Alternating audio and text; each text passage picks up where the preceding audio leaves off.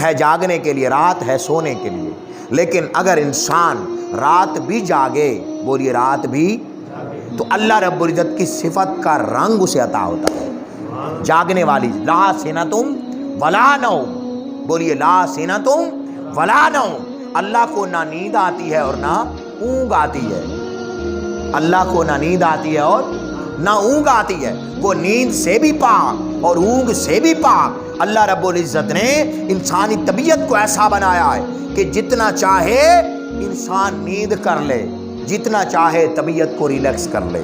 انسانی طبیعت کا یہ خاصہ آج کی میڈیکل سائنس بھی بتاتی ہے۔ عزیزان محترم، بہت سارے احوال آپ بزرگوں کے اگر آپ پڑھیں نا، زندگیاں آپ پڑھیں، احوال پڑھیں، تو اکثر بزرگوں کے 40 سال میں وہ عشاء کے وضو سے فجر کی نماز پڑھتے رہے ہیں۔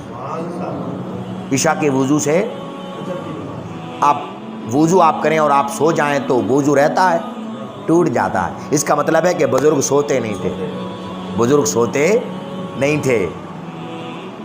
میرے شیخ طریقت حضرت خواجہ فتح محمد بوروی رضی اللہ تعالیٰ فرماتے ہیں، میں نے اپنے شیخ طریقت خواجہ جان محمد میولی کے ساتھ 12 سال ان کی خدمت کی۔